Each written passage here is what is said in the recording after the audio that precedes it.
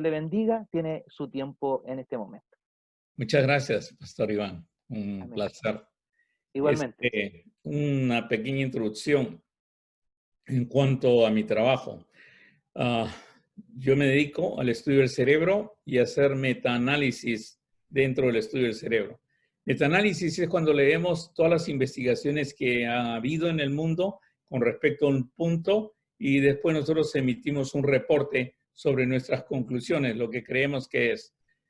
Esto lo he pasado al estudio de la Biblia con respecto a nosotros. Para mí es muy importante no solo lo que Dios hizo, y es maravilloso el crearnos, la creación, el pueblo de Israel. Todo esto para mí es maravilloso. Cómo trabajó con los profetas, cómo inspiró por los salmos, es maravilloso. También a mí me impresiona mucho de que el Señor dijo que va a venir. Los ángeles dijeron claramente por qué miran arriba si Él va a regresar. Y por eso es tan importante y me interesa mucho el regreso del Señor.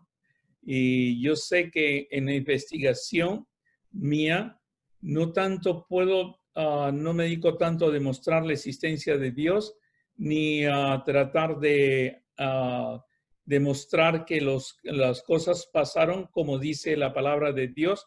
Hay unas personas que se dedican a eso, son los apologéticos, y utilizan un lenguaje que es un poco diferente. Conozco a varios de ellos y los admiro. Pero trabajan con un grupo, digamos, con una población un poco reducida, en el sentido de que el lenguaje que utilizan generalmente es el lenguaje filosófico del mundo. Y por eso es un poco difícil para cualquier persona poderlos entender. Después tenemos los que se dedican a la escatología, que se dedican y están estudiando los puntos en que nos puedan decir cuándo viene el Señor. Y hay muchos que se dedican a eso y he escuchado mensajes muy lindos, he escuchado desglosamientos de las profecías y puestas en conjunto para aseverar un cierto punto. Nunca he escuchado algo tan certero. Digamos, siempre dejan unos espacios porque no sé, es imposible demostrar y decir va a pasar de esta manera, porque el mismo Señor Jesús nos dijo que no nos correspondía a nosotros esto. Ahora, lo que yo vi es cuando las prédicas eran generalmente sobre lo que había hecho el Señor, incluso la muerte de nuestro Señor Jesucristo, lo que había hecho el Señor Jesús, como Él derramó su sangre en la cruz y todo lo que había hecho el Señor Jesús. Hablan de los hechos de los apóstoles y predican muy lindo, y generalmente todo iba a salvación.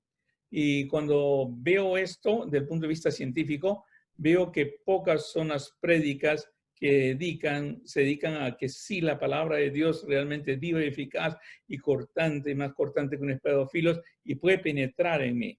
¿Qué puede hacer neurológicamente, neurocientíficamente, la palabra de Dios en mi cerebro? Esa es mi preocupación. En pocas palabras, mi preocupación era qué puede hacer la palabra de Dios hoy día para mí. Hace poco di una conferencia sobre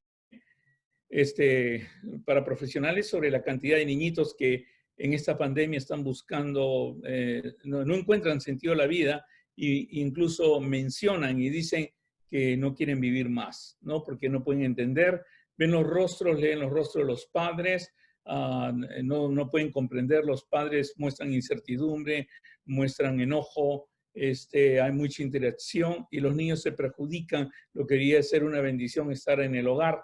Los niños comienzan a perjudicarse en el hogar.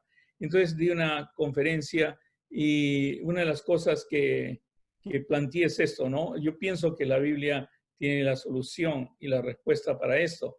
El problema es que muchas veces nos dedicamos a decir lo que Dios ha hecho y a defender lo que Dios ha hecho y nos dedicamos a ver lo que ya viene el Señor y lo que va a hacer el Señor con nosotros cuando Él venga, y hablamos de eso. Y me pregunté ahí en esta conferencia, ¿y eso cómo puede ayudar a un niñito de 10 años que no quiere vivir más? Entonces me di cuenta, y como les dije ahí, me di cuenta, por eso empecé hace más o menos 25 años mi estudio sobre lo que hace la palabra de Dios en mí ahora. ¿Qué es lo que hace con Douglas?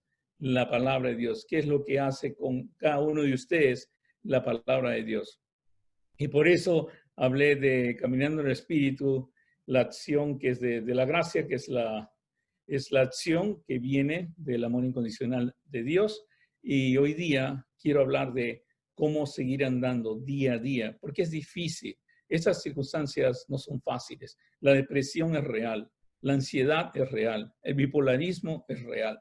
¿Cómo puedo mantenerme? Que un siervo caiga es real. ¿Cómo puedo mantener? ¿Cómo puedo levantar al siervo? ¿Cómo puedo ayudar? Y sobre todo, para poder ayudar a otro, me tengo que ayudar a mí mismo. Cuando vemos en ciencia esto, tenemos que hacer 2 puntos, ¿no? Decir cuál es la base tuya, de dónde vas a tomar los datos, de dónde vas a, qué datos vas a emplear para empezar alguna investigación. Yo asumo, porque no le puedo decir otra cosa a los científicos, yo asumo que Dios creó al hombre y asumo que diseñó su cerebro.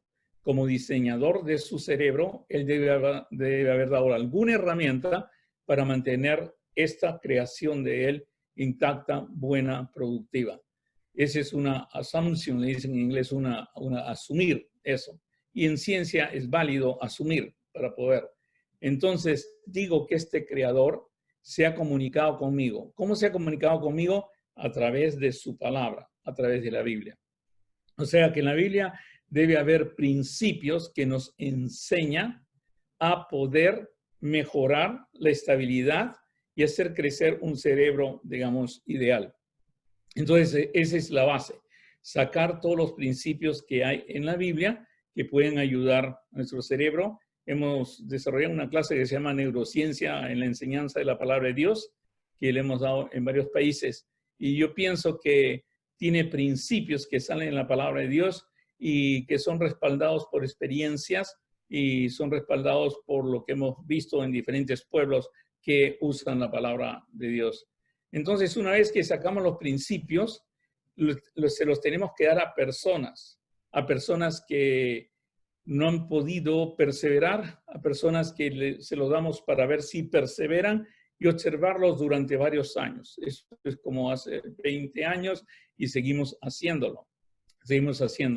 Entonces, son 5 principios, son 7 principios. ¿De dónde salen los principios? De observar a los siervos de Dios que perseveraron, a los siervos de Dios que lograron, como el Señor Jesús, que vino a la tierra, como dice Filipenses capítulo 2, el verso 5 para adelante, dice que hay el mismo sentir en nosotros que Jesús siendo Dios y no estimó el ser igual a Dios y se hizo hombre.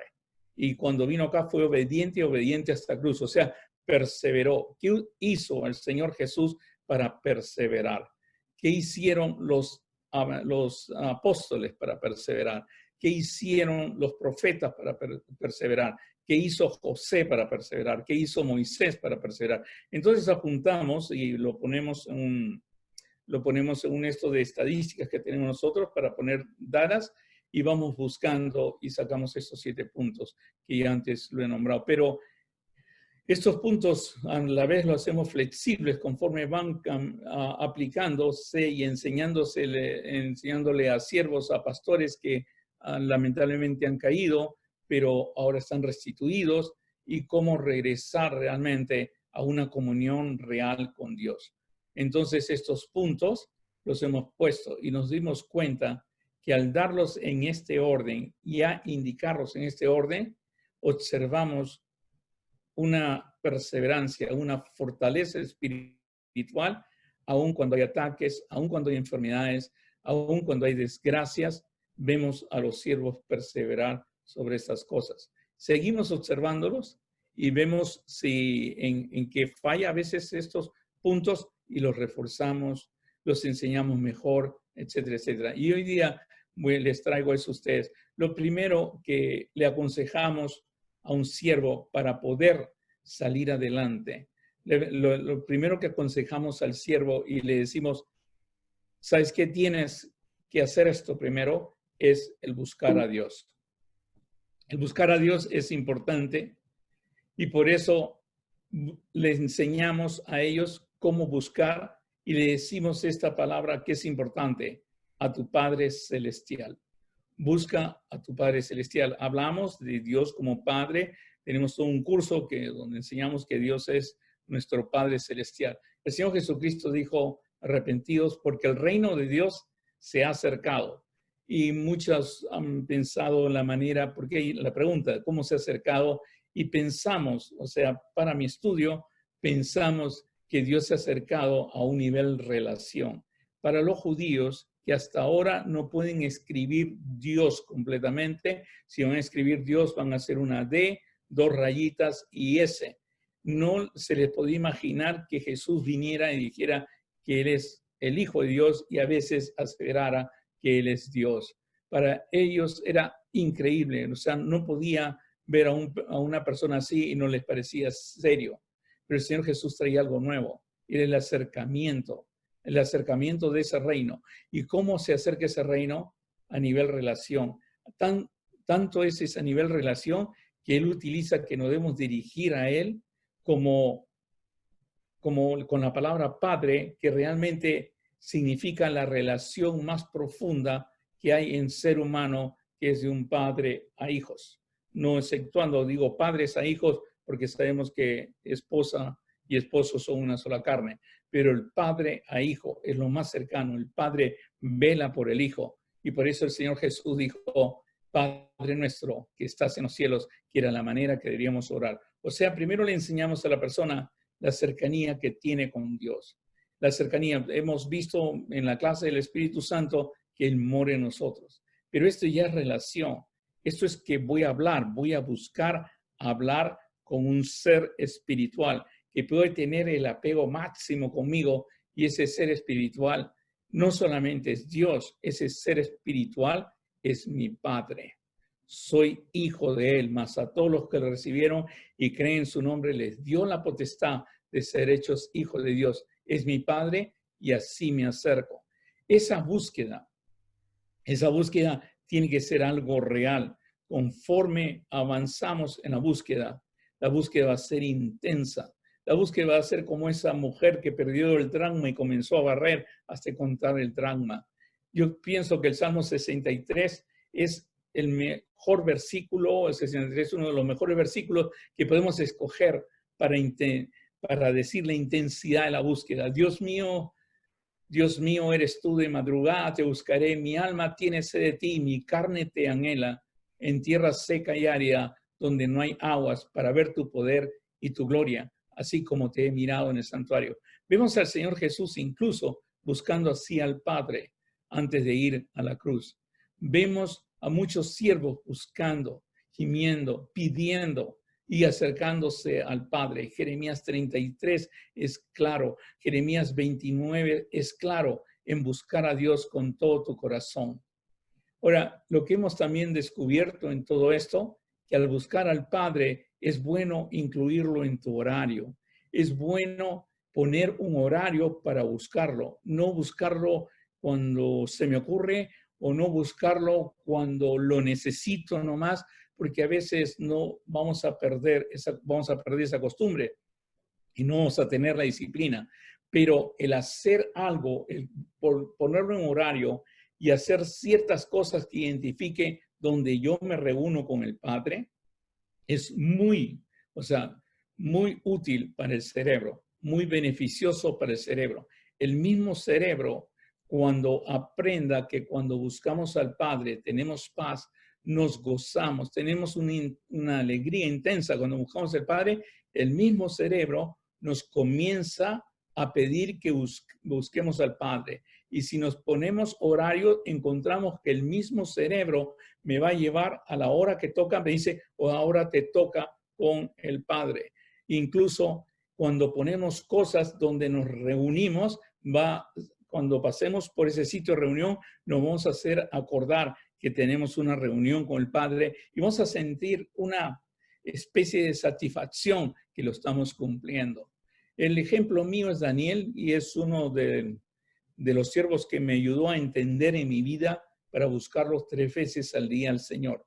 Lo hago, ya esté en hospital. Bueno, ahora ya no estamos en hospital. Ahorita yo estoy solamente en mi casa, pero cuando estoy en un hospital trabajando, cuando estoy viendo pacientes en cualquier sitio, a la hora que yo tengo, a la hora que yo me he puesto, me voy a retirar.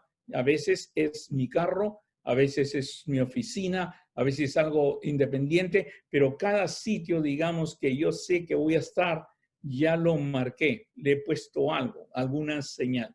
¿No? En el caso de Daniel dice, cuando Daniel supo que el edicto había sido firmado, ¿no? No sé si se acuerdan de ese capítulo 6, entró en su casa y abiertas las ventanas. Era un ritual. Él tenía un horario y lo hacía 3 veces al día, lo dice el versículo, y tenía una costumbre que abría las ventanas de su cámara que daban hacia Jerusalén.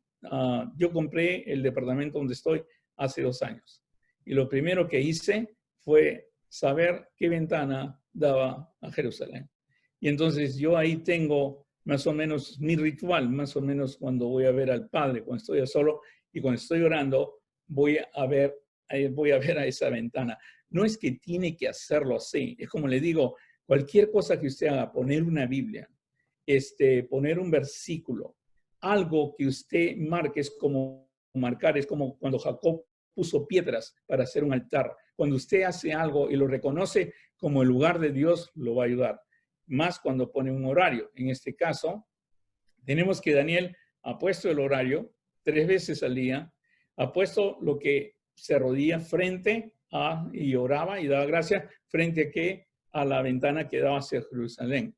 Y es bien importante porque cuando viene la presión, cuando viene el desánimo, cuando viene la amenaza, todavía lo encuentran a él, porque ya él lo hizo parte de su vida. Y estas cosas nos ayudan a ser parte de nuestra vida y lo hacemos. Y es curioso porque recibimos de las personas que aconsejamos, que las personas que tratamos, recibimos miles de cosas que han hecho. Por supuesto que combinamos con entra a tu cuarto y cierra la puerta, lo combinamos, pero el marcar, el poner un versículo, el hacer algo ayuda mucho. La otra cosa que le enseñamos es que empezar con acción de gracias. Por algo, el Salmo 100 nos dice claramente que debemos entrar por sus puertas con acción de gracias. Es como que entramos a la presencia de Dios agradeciendo. Yo pienso que dar gracias es el mayor acto de fe que hay, porque la Biblia dice, da gracias a Dios en todo, y hay cosas que no comprendemos, hay cosas que no parecieran que fueran bien, pero el Señor nos pide que demos gracias, nos pide que entremos a Él con gracias, descansando totalmente. Y por sus atrios con alabanza, alabarle, bendecí su nombre. Y hay una parte que encontré que todos los siervos de Dios hacían y a veces nosotros no hacemos. A veces nosotros no hacemos porque a veces cuando entendemos que es buscar al Padre, simplemente a veces es hacer una oración. Incluso hemos estudiado diferentes religiones en lo que hacen eso, y hay religiones que siempre están orando, siempre están diciendo algo. Creo que le dicen rezando, pero siempre están haciendo algo, siempre están mencionando palabras. Nunca esperan que Dios les hable, sino solamente ellos les hablan a Dios. En esa parte, buscando a tu Padre Celestial, es buscarlo, no solamente para hablar con Él, sino para escucharlo a Él. Por eso les aconsejo que comiencen a entrenar y entrenamos a estas personas a guardar silencio,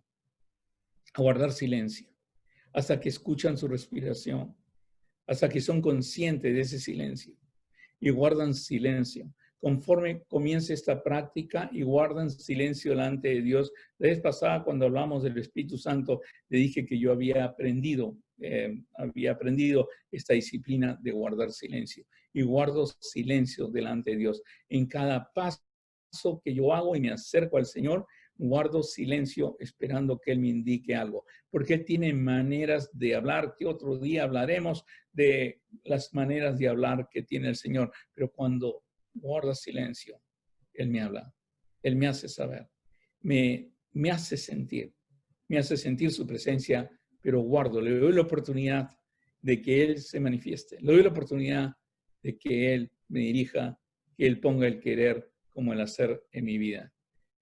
La segunda cosa que hago y le pido a las personas que lo hago es, una vez que estás delante de Dios, Dios es luz. Y por eso es importante dejarle a Dios que te haga ver lo que hay dentro de ti. Cada vez que viene una persona a verme como doctor, yo creo que esta es la parte más importante. A través de lo que habla, a través de lo que se expresa, yo quiero aprender lo que hay dentro de él. ¿Qué es lo que le molesta? ¿Cuáles son los errores? ¿Cuáles son los pensamientos que tiene? ¿Qué es la mentira que está creyendo? ¿Y qué es la adversidad que está teniendo? ¿Y cuáles son los pensamientos intrusivos que están en su cerebro? Cuando yo me acerco a Dios, es la misma manera que Él me sana. Cuando yo me acerco a Él, Señor, ¿sabes qué? He leído en tu palabra, he leído claramente en tu palabra que hay errores, propios errores, y son ocultos. Por eso te pido, Señor, que me ayudes, porque ¿quién podrá entender sus propios errores? Como dice el Salmo 19:12, líbrame de los que me son ocultos. Por eso vamos al Señor, porque Dios es luz. Y el que practica la verdad viene a la luz. Y es bien importante venir a la luz, porque en la luz todo se ve. La luz de Dios es profunda, es perfecta, y Él puede leer tus corazones. Sabemos que Él puede leer los corazones. Lo hemos leído que Él sabe leer los corazones. Él ve los corazones. Dice, mas el que practica la verdad viene a la luz para que sea manifiesta que sus obras son hechas en Dios. Una cosa es que Dios sepa lo que está en ti y lo que está en tu corazón. Es una cosa. La otra cosa es que tú seas consciente. Y que seas consciente, no solamente, pues si fuéramos conscientes, creo que no andaríamos mucho en pecado, ¿no? Seríamos conscientes que Dios está constantemente conociendo lo que pasa en nosotros, ¿no? Cuando voy al Señor, no es algo que yo ya sé que Él sabe lo que está pasando en mí, sino es mi pedido. Es como que le doy permiso a Dios, aunque no necesita permiso, le doy permiso a Dios para que me vea a mí. Por eso el Salmo 139 fue tan popular dentro de los siervos de Dios, y no solamente popular dentro de los siervos de Dios, sino buenísimo para las personas que le recomendamos. El Salmo 139, el verso 23 y 24 dice, examíname, oh Dios, y conoce mi corazón, pruébame, y conoce mis pensamientos, y ve si hay en mi camino perversidad, y guíame en el camino eterno. Por decir, antes yo sabía que a las 6 de la tarde tenía que dar esta conferencia, pero yo voy a ir al Señor y le voy a decir, Señor, por favor, escudriñame y ve si hay algo que yo estoy poniendo, que es un pensamiento mío, un prejuicio mío, en inglés le dicen bias, algo mío y yo quiero dirigir o quiero manipular, por favor, quita eso, porque lo único que quiero ser es solamente un conducto. Alguien que trae tu palabra, alguien que ha estado contigo, alguien a que tú le has hablado y lo único que quiere es hablar de ti. Pero para eso, Señor, tienes que quitar todo o hacerme saber qué pensamiento está mal. Por eso te pido, Señor, examíname, conoce mi corazón, pruébame, conoce mis pensamientos. Y si hay camino de perversidad, guíame en el camino eterno. Y esta parte no tiene idea cómo ayuda a los pastores que han caído en adicciones, a los que no pueden levantar el rostro, porque comienzan a tener una familiaridad con el Señor. Y cuando lo comienzan a practicar a diario, es una belleza, es como salir de la presencia de Dios con la aprobación de Dios. Es salir de la presencia de Dios sabiendo que Dios me ha examinado y no solamente he guardado silencio y me ha hablado. Y uno se quedaría sorprendido de todos los testimonios que hay de las personas que fueron delante de Dios y todo lo que les dijo, pero en el momento actual, o sea, que Dios actuaba en este momento, hoy día, como dicen en inglés, en el here and now, en el aquí y ahora, actuaba. Estaba cambiando su mente y por supuesto está cambiando su cerebro, estaba renovando su mente, cambiando su cerebro. Por eso Dios quiera que hoy día esta parte, este segundo, como le digo siempre a los que enseño, a mis discípulos, le enseño esta parte, ahí detente un rato, piensa un rato y estate con Dios un rato en este momento. La otra cosa que aprendemos es cuando nos acercamos a Dios y aprendieron todo. Lo aprendió el Señor Jesús, lo aprendió el mismo Moisés, lo aprendió Aarón, lo aprendió Jeremías, Isaías y tanto Ezequiel, es descansar en el Señor. Y con el mismo Elías, ¿no? Descansar en el Señor. Y muchas veces nosotros no aprendemos eso, a descansar en el Señor. Y cuando digo descansar, es descansar. Aceptar la invitación de nuestro Señor Jesucristo. Dice, venid a mí todos los que estáis trabajados y cargados, y yo os haré descansar. Venid a mí todos los que estáis trabajados y cargados, y yo os haré descansar. Esta vida, lo que estamos pasando hoy día, por supuesto que a muchos agota, a muchos estresa. Y esta invitación es para todos, porque es venir a mí todos los que estáis trabajados y cargados, y os haré descansar. El descanso en el reino de Dios es un poco diferente al descanso que nosotros conceptualizamos, porque esto lo hemos hablado con varias personas. Cuando piensan descanso, es como el no hacer. No, el descansar es poner toda su confianza en Dios, toda su confianza. La mayoría de líderes que vimos y que venían trabajando, nunca habían descansado, nunca habían aplicado la promesa del Señor Jesús: yo edificaré mi iglesia. Pareciera que ellos la tenían que edificar, parecía que ellos tenían que ser el esfuerzo.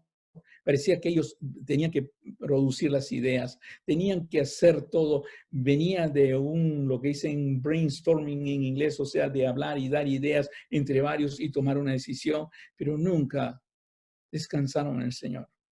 Y eso les causó estrés en la misma obra, estrés con la familia, estrés con todo. Se olvidaron que Jesús dijo, yo edificaré, y es mi iglesia, no es la iglesia de Douglas, no es la iglesia de otro, es mi iglesia, yo edificaré, y por eso descanso. Ahora, ¿cómo puedo hacer efectivo ese descanso? Es cuando conceptualizas que Jesús está al lado tuyo constantemente.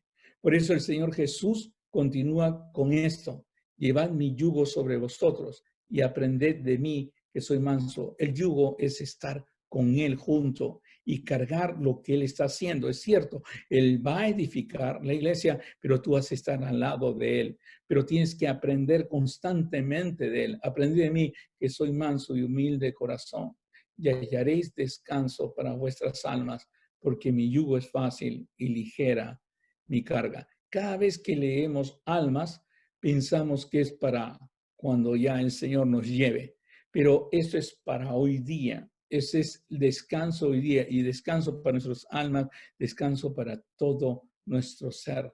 Porque cuando andamos con el Señor, no quiere decir que no vamos a trabajar, sino que porque Él está cargando, porque Él está al lado de nosotros, su yugo es fácil y su carga es ligera. Pero entendemos que es porque lo está haciendo. El descanso es ponerse el yugo del Señor. El descanso es estar al lado del Señor. El descanso es saber que Él hace la obra, que nosotros somos sus siervos, somos sus hijos, y que estamos listos para escuchar. Pero vamos a ir aprendiendo de Él. Él mismo dijo, ¿no? Nígate a ti mismo, toma tu cruz y sígueme. El seguir no es otra cosa que ir aprendiendo de Él. El seguir no es otra cosa que descansar en Él. En todas las cosas que yo hago, yo descanso. Yo veo pacientes, recién terminé de ver pacientes, y los pacientes tienen problemas, y no hay cosa que gaste más el cerebro que esa interacción de a veces de cosas que no entiendes. Interacción de ver personas sufriendo delante tuyo. Pero ¿sabes qué? He aprendido a descansar viendo a mis pacientes, y lo he hecho en una forma práctica, aunque a veces colegas científicos sonríen cuando menciono esto, y digo, yo no veo solo a mi paciente, sino lo veo con mi Señor, y descanso en Él porque aplico todo lo que Él me ha enseñado. Y cuando aprendo de Él, cuando leo la palabra, cuando medito su palabra, cuando hablo con Él, en esos 3 veces al día que hablo con Él, hablo, siempre voy a un sitio y le voy a decir, Señor, este paciente tiene esto. ¿Tienes algo que decirme sobre él? Para cualquier psicólogo, psiquiatra, médico, lo que sea, eso sería una locura. Pero ¿sabes qué? conforme vas practicando eso, verás cómo Dios pone cosas en tu corazón. Yo regreso al paciente y hago preguntas. Y las preguntas parecieran que vinieran de mi mente, incluso a mí me parecieran que vinieran de mi mente. Pero esas preguntas son increíblemente buenas y que ayuda a la persona a encontrar lo que lo está molestando y a mí me ayuda a diagnosticarlo y recetar pues el propio tratamiento que debe tener esta persona. Pero me ayuda de una manera increíble. Pero ¿dónde he aprendido eso? De una manera espiritual, a descansar en Él. En la palabra de Dios es tan sabia. Esos 2 pequeños versículos son tan sabios y tan grandes. 3 pequeños versículos, perdón, son tan sabios y tan grandes. Y saber que debo descansar en el Señor. Por favor, no significa vagancia. No significa que todo se lo vas a dejar al Señor Jesús o algo así. No, Él te pide que descanses en Él, pero al mismo tiempo te pide que aprendas de Él. Y al mismo tiempo te dice que su yugo es fácil y que su carga es ligera. Por eso, para mí, es importante que los pacientes que vienen a mí, las personas que vienen a mí, los siervos que vienen a mí desgastados, aprendan a descansar en el Señor. Una vez que descanso, ya viene que paso las primeras partes, que es el buscar al Señor.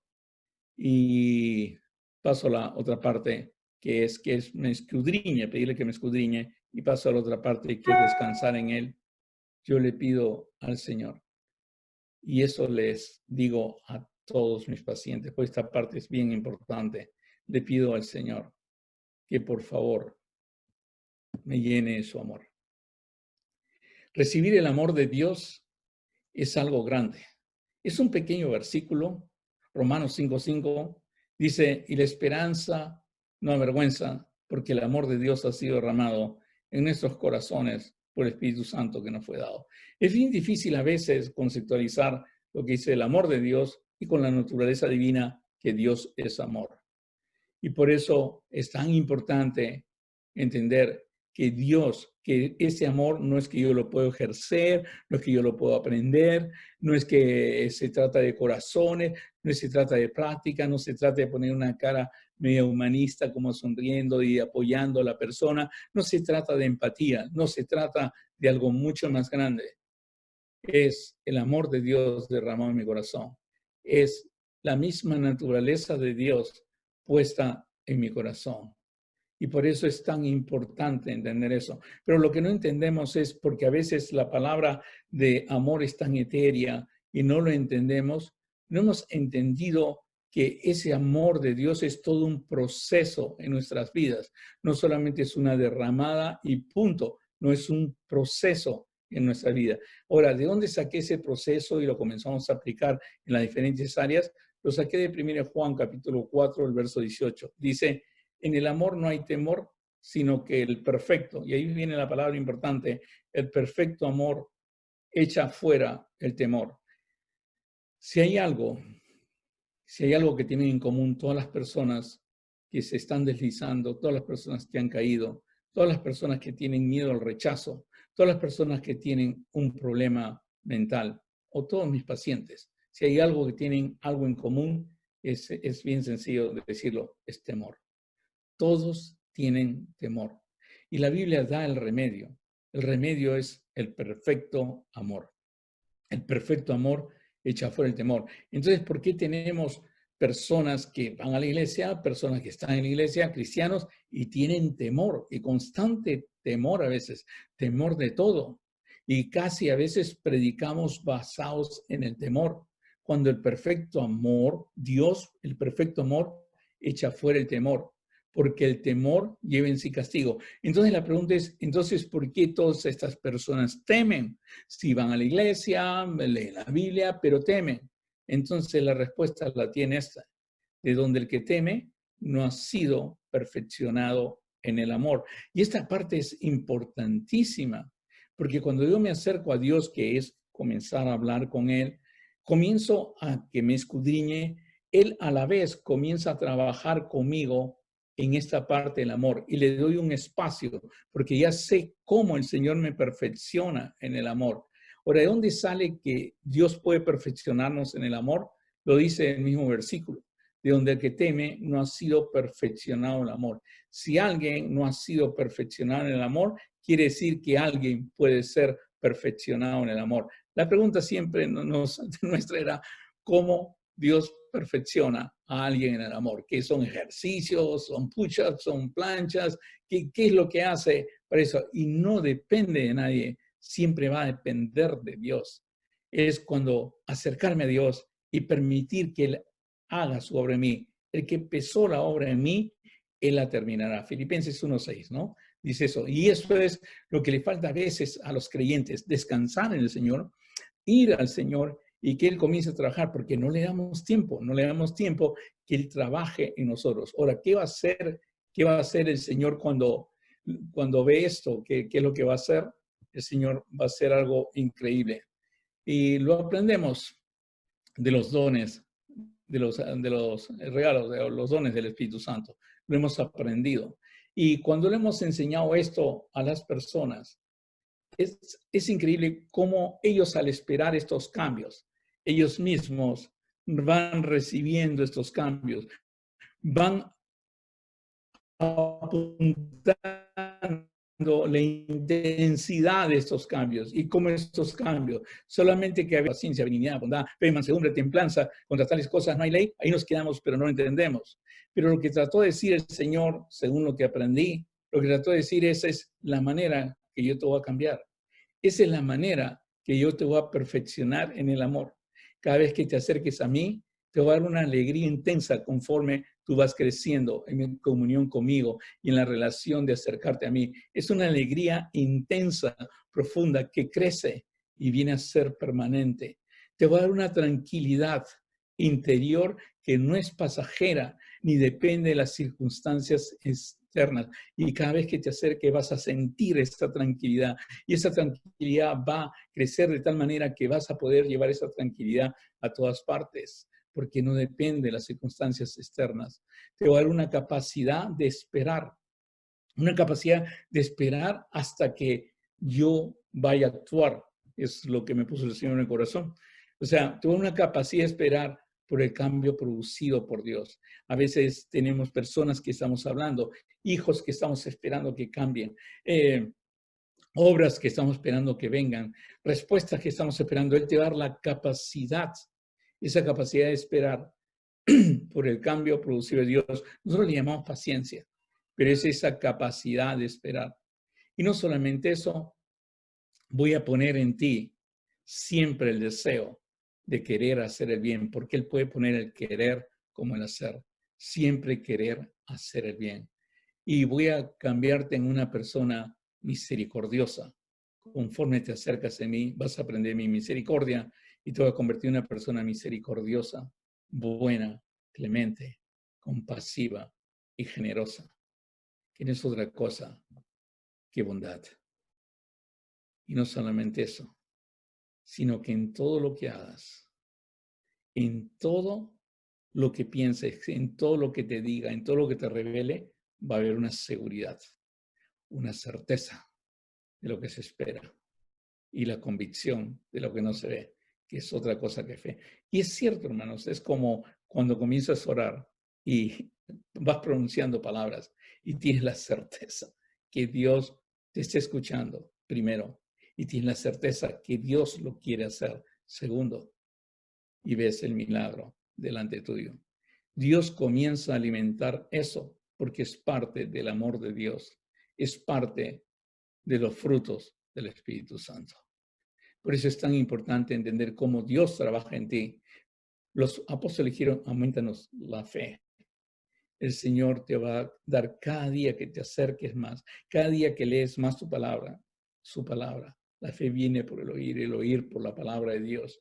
Cada vez que lees más la palabra de Dios, tu fe comienza a aumentar, pero el que te la aumenta, el que te la hace crecer, es el Señor. No es un esfuerzo que tú haces. No puedes decir, voy a creer. No. Viene el Señor. Y el Señor lo aumenta cada vez que tú estás acercándote a Él. Después te da una serenidad de espíritu. Una serenidad de espíritu que te va a hacer ser la admiración de los demás. Va a ser una persona mansa y humilde. una serenidad. Vas a escuchar insultos, no los vas a responder. Vas a aprender a poner la otra mejilla y vas a aprender a amar a tus enemigos. Una serenidad de espíritu que solamente Dios puede dar. Y lo último, el Señor comienza a hacer crecer en ti un autocontrol. Dios mío, como doctor, les digo, si mis hermanos creyentes, si mis pacientes, sean creyentes o no creyentes, tuvieran autocontrol, yo soluciono todo. La autodisciplina y el autocontrol. Hoy día estaba hablando con otros siervos que es increíble. En Estados Unidos hay un grupo de científicos que quieren quitar de que la diabetes tipo 2 sea irreversible, porque las medicinas que dan de la diabetes tipo 2, y por supuesto que no lo quiero meter en este campo, pero las medicinas que dan no están ayudando mucho a las personas según los estudios. Pero lo que sí está ayudando es el autocontrol, es una dieta, es la capacidad de no poder alimentarse de las cosas que producen el daño que están produciendo. Sí, podemos decir ataques al corazón, dieta, o ejercicios, o algo que se llama disciplina. Disciplina, autocontrol, es el control que yo tengo de mí mismo y es lo bello, lo hermoso que Dios te da. Douglas, tú vas a poder controlar a Douglas en todo. Es una cualidad que Dios te da que permite alcanzar objetivos en la vida. Para estudiar, para llegar a ser doctor, necesitas autocontrol. Para todas las cosas de tu vida, para poder preparar un mensaje, para poder escribir y sentarte, necesitas autocontrol.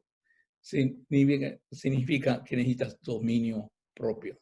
Y el Señor Jesús es sabio al darnos esto. Y el Espíritu Santo inspiró a Pablo para que le escribiera a Timoteo, un joven que pareciera que en ese momento no estaba tan fuerte. Le dijo, mira, porque Dios no nos ha dado espíritu de cobardía, sino de poder, amor y dominio propio. El dominio propio, hermanos, si lo pudiéramos aplicar en nuestras iglesias, enseñarlo en las iglesias, porque Dios lo da y Dios lo da conforme me alcanza. Mire, venceríamos enfermedades, venceríamos de todo. El dominio propio es algo increíble. Cuando yo he trabajado con neurocientíficos, ido a universidades y nos hemos reunido, ellos siempre me piden que hable de la palabra de Dios, ¿no? Lo he hablado delante de médicos, delante de científicos, delante de todo, me hablen de la palabra de Dios. Y me escuchan con esperanza. El doctor Harold Kenny, que es una eminencia, me dijo una vez, Douglas, te pido que no caigas, te pido que sea cierto esto de templanza, sea cierto esto que no caigas, porque hay varios del grupo que han empezado a creer en eso, porque ellos todo es budismo, para ellos todo es simplemente el Dalai Lama. Para ellos todo es eso porque ellos le prometen, el Dalai Lama le promete perfección, le promete llegar a algo increíble. Y le prometen, ¿saber lo que más le promete el Dalai Lama? Dominio propio, autocontrol. Es un fruto del Espíritu Santo, es algo que el Espíritu Santo da que a veces nosotros no hemos despreciado. Porque a veces no queremos tener dominio propio, queremos gozar de lo que nos ve, lo que los ojos nos parece agradable, lo queremos gozar como cuando miró Eva la manzana y le pareció agradable. Pero con el dominio propio que te da el Señor, con el autocontrol que te da el Señor, con la templanza que te da Dios, esa cualidad te permitirá alcanzar cualquier objetivo en tu vida. Y por eso Dios quiera que lo pueda. Y esto es crecer en amor. Por eso esta parte es cuando yo le digo al Señor, Señor, lléname de tu amor. Y espero en Él. Es como les dije, guardo silencio, porque sé, y ahora usted lo sabe, todo lo que Dios está haciendo en mí en ese momento. La alegría, la tranquilidad, la capacidad de esperar, el hacer bien, el poner a hacer bien, la seguridad, la serenidad de espíritu y el autocontrol. El otro paso es las personas que salieron con paz, recibieron paz. los que fueron buscando la estabilidad. Tú no puedes sobrevivir, no puedes sobrevivir, no puedes perseverar si es que no tienes paz. La falta de paz es una de las cosas que más derrota a las personas. La falta de paz es lo que más destruye matrimonios. La falta de paz es lo que más hace que las personas que a veces tienen tantos problemas cometan crímenes. La falta de paz es el mayor indicativo de que voy a caer en una adicción.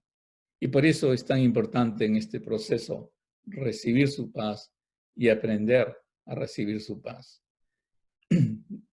Yo pienso, este es un pensamiento mío, así como el amor de Dios es la ausencia de temor, la paz de Dios es la ausencia de ansiedad. Por eso pienso que el versículo más famoso sobre paz que hay en la palabra de Dios, podemos encontrar muchos, pero este es el que más se aplica y me da conducta. Yo siempre le voy a recomendar conductas. Y dice, por nada estéis afanosos. Y dice, sino sean conocidas vuestras peticiones delante de Dios en toda oración y ruego con acción de gracia. Y la paz de Dios que sobrepasa todo entendimiento, guardará vuestros corazones y vuestros pensamientos en Cristo Jesús. Por nada estéis afanosos. Ese es el momento en mi encuentro con Dios.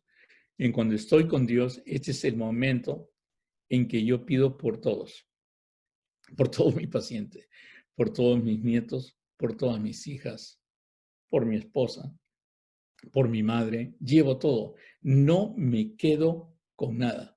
Llevo todo. Tenemos en nuestra iglesia, tenemos algo que le llamamos la lista viva de oraciones. La lista viva de oraciones consiste en un grupo de personas que están inscritas por la cual vamos a orar, pero sabemos su nombre, sabemos cómo llamarla, cómo comunicarnos y todo.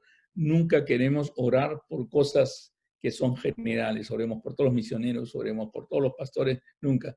Yo quisiera orar por un pastor, voy a saber su nombre, voy a saber en qué está pasando. Ahorita que hay enfermos del COVID-19, del coronavirus, entonces sabemos los nombres, sabemos todo, porque siempre pedimos que un siervo se acerque o un siervo le hable, o nosotros tenemos la oportunidad de hablar. Y por eso en esta parte siempre llevo nombres, llevo personas conocidas.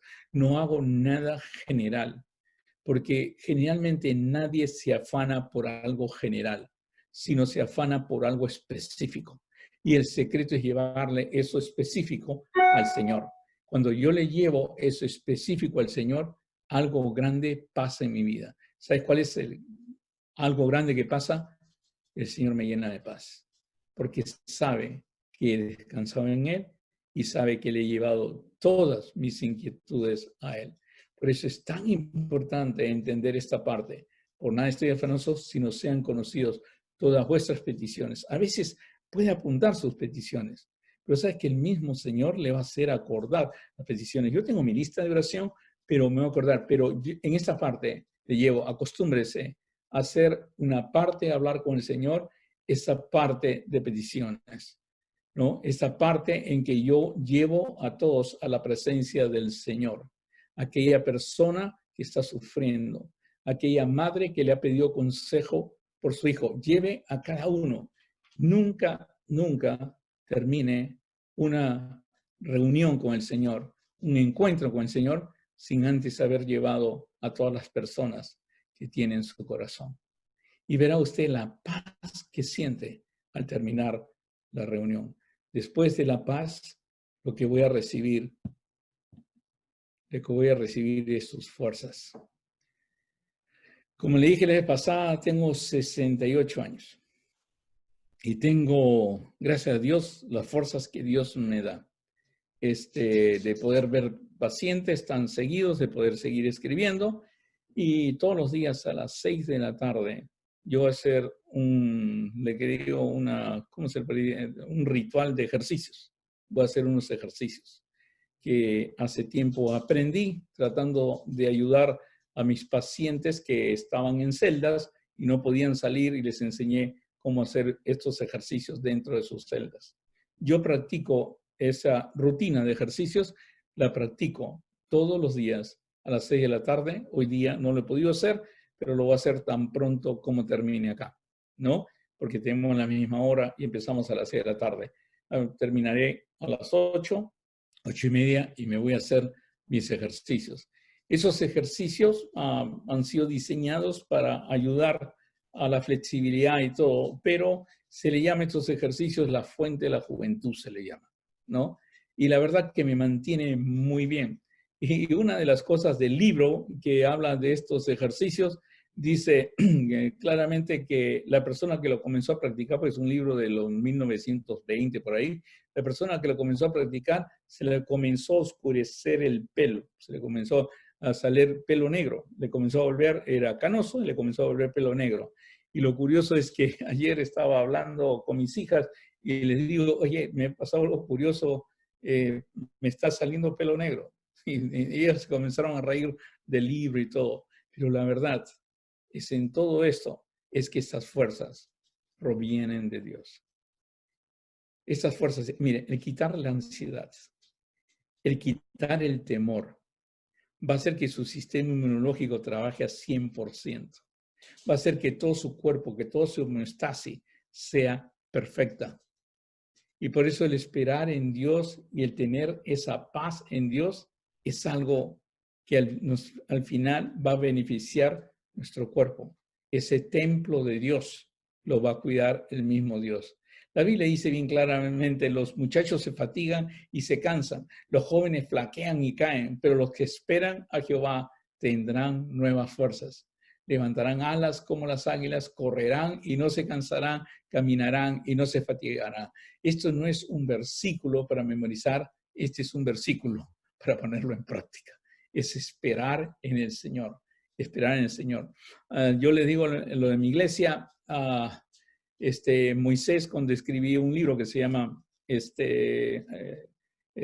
programa anti-envejecimiento, programa bíblico anti-envejecimiento, perdón, no me acuerdo el nombre de mi propio libro.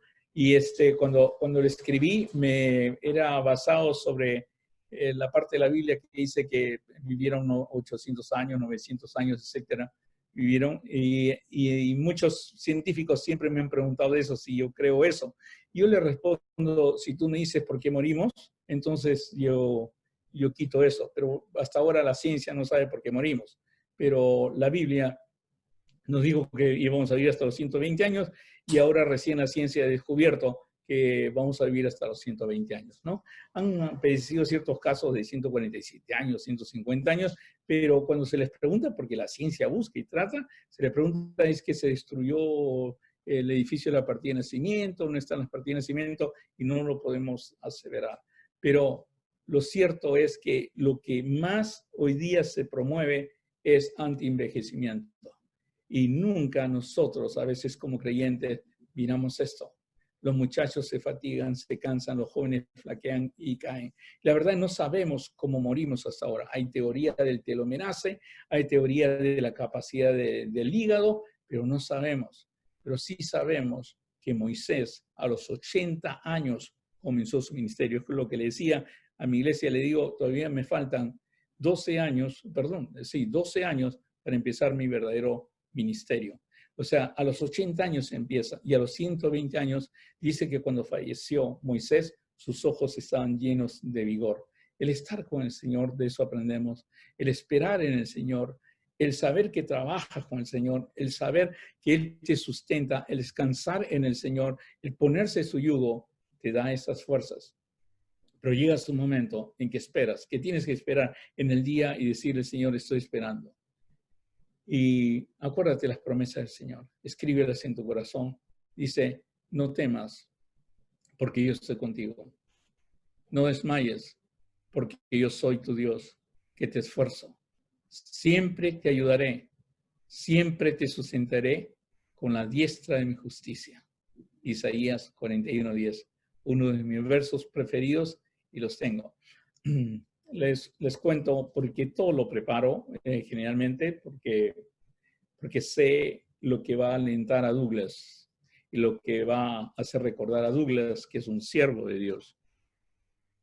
Yo tengo en mi patio, donde a veces estoy meditando, tengo dos cuadros. Un cuadro es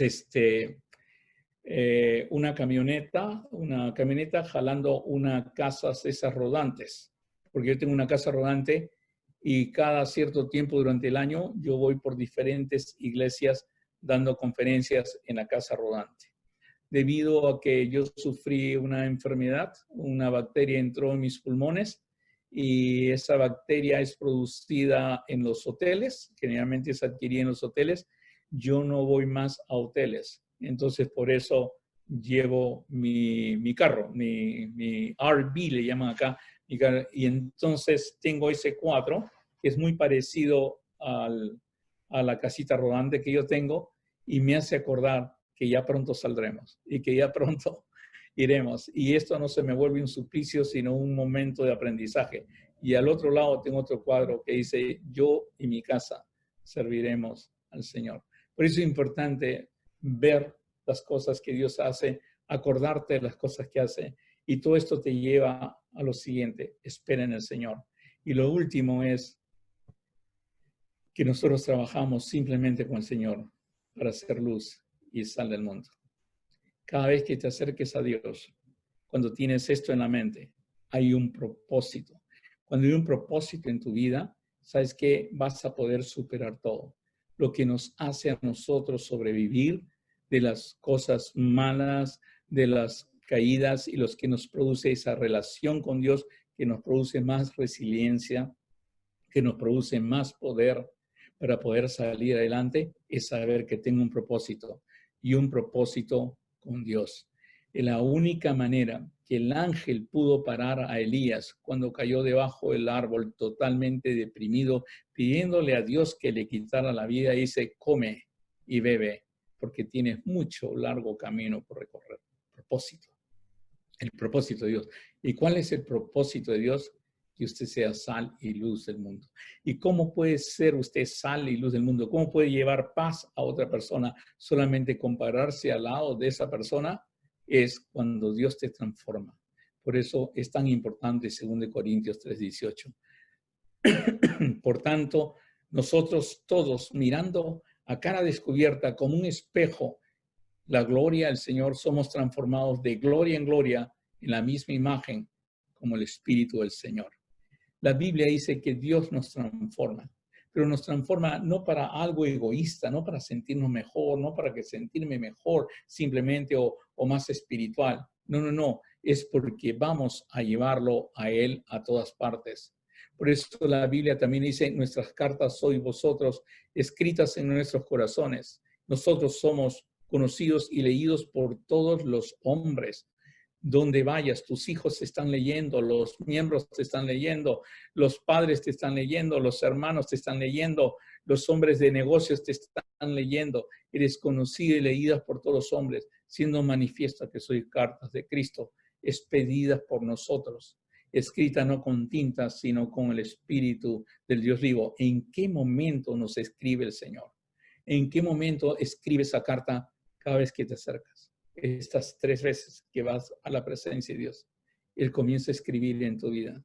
Comienza a escribir con todas las cosas que te ha dado, con ese gozo, con esa paciencia, con esa mansedumbre. Comienza a escribir algo.